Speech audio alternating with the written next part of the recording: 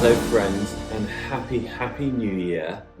May 2024 be an outstanding year for us, humanity. Today I'm going to talk about a number of things astrologically. The big thing coming down the pipeline for us imminently is the Pluto moving into Aquarius. Since 2008, Pluto has been in the sign of Capricorn, an earth sign. He has been taking down, revealing the corruption of all these old institutions that for so long we held with high regard. That is no more. And Pluto, apart from for, I think, October and November this year, will be in the sign of Aquarius. And after that blip back into Capricorn in October, November, it will be fully in Aquarius from December onwards until 2042 when it moves into Pisces. So this Freedom Report, I'm going to talk a little bit about what Pluto means when it goes into Aquarius. We are, us humanity, at the most significant crossroads in our history. For many, many years, I have felt that 2024 is the year. 2024, if you add it up in numerological terms, 2 + 2 + 4 is 8. It's a Saturn year. It is really the great revealing of the corrupt system. It is the perceptual matrix being revealed writ large. And we have a choice. We have a choice as to whether we're going to be co-creators, manifestors in this new earth through upgrading our frequency, our vibration, and become victors, co-creators, or we're going to go to that negative timeline of Saturn, which is victimization and really enslavement. The old system wants to keep on squeezing us towards that, what I've just described, and then the new system with Uranus coming more and more into focus. And I'll be discussing that over the coming months in a most, it's amazing as Uranus and Jupiter come together in a great conjunction in April this year. We're going to see the new system really being birthed. So we have to be masters of our attention. That's really what's important. You know, wherever we put our attention, that's where we can build our reality. Now, what's interesting about the Pluto cycle is Pluto moves quite slowly, 240 or 45 years for a whole rotation. The last time Pluto moved into Aquarius was the French Revolution and the Reign of Terror. And at that stage in humans' development, the newness wasn't able to ground itself in something positive for the people, and it became very chaotic. And what replaced monarchy in many ways was just as bad, if not worse. If you go back another Pluto cycle, you go back to the time of Copernicus, and when he published his thesis on the revolution of the celestial spheres. And that's when he announced his theory of heliocentricity. And that kind of launched the scientific revolution. But what was interesting is the Vatican Church kept that theory hidden, and basically their PR propaganda approach managed to keep that new information from the public for about 40 years, maybe even up to 50 years. If you think this time with Pluto going out of Capricorn and into Aquarius, the propaganda machine of the legacy media, as many of us call it, the mainstream media, the corrupt media, has spent quite a few years keeping things hidden. You could say a number of decades on some things, but certainly since the timeline change, I talk a lot about this, since 2016, the system is broken down much quicker than it was, say, at the time of Copernicus. And for that, we have to be quite grateful. So I'm pretty positive at the end of the day that even though 2024 is going to be a really tough year for all of us in some ways, in the sense of in the third dimensional, third density reality, this is going to be a very intense year, because we're going to literally see systems collapse, and at times the replacement won't be so obvious. But at a higher, more spiritual and integrated level, in the fourth and fifth D, we're able to really create something new which will serve we the people. As much as I bemoan artificial intelligence and, of course, the negative algorithms that have controlled AI, we must be grateful for this great awakening, because it couldn't and wouldn't have happened without artificial intelligence, meaning the internet, without me being able to share with you and you being able to share with me from wherever we are positioned in the world.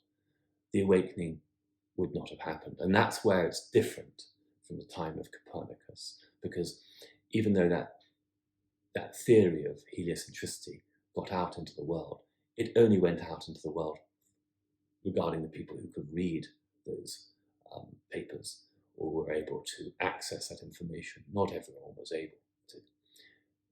In this time, the vast majority of souls on this planet can access this information. So Pluto's at the anaretic degree of Capricorn. It's always tough right until, I think it's 20, until late January, when it moves into Aquarius. This is a very poignant time, and often you see the less positive aspect of this archetype expressed at this time, at the anaretic degree, 29 degrees. So we're going to see a lot of extreme effort by the status quo, by the powers that be, to cling on. And the corruption is going to be revealed.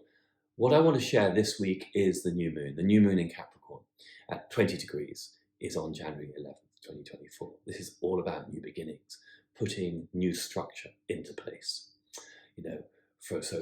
As Pam Gregory always says, it's so beautiful, do we operate from a position of love, as creators, co-creators, etc., or do we come from a place of fear, very Saturn, and of course victimization plays into that. So what we're doing with this new moon is we're planting roots into the ground. Again, it's in Capricorn, Earth. We're planting roots into the ground for the long term, new structures going in. What do you want to build? What do we want to build? What do we want to manifest? And it's interesting because at this degree, 20 degrees Capricorn, it's the same degree, give or take a degree, I think, when Saturn-Pluto conjoined on the 12th of January 2020, which kicked off the pandemic. So there are some links here, some interesting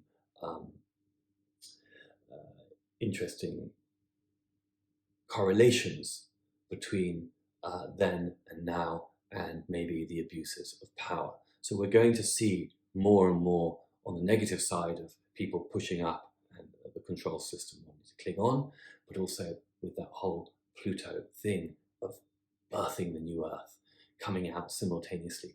And I feel this very strongly when I see people just getting on and being their entrepreneurial self, their co-creative spirit coming out. So that's what we want to look into.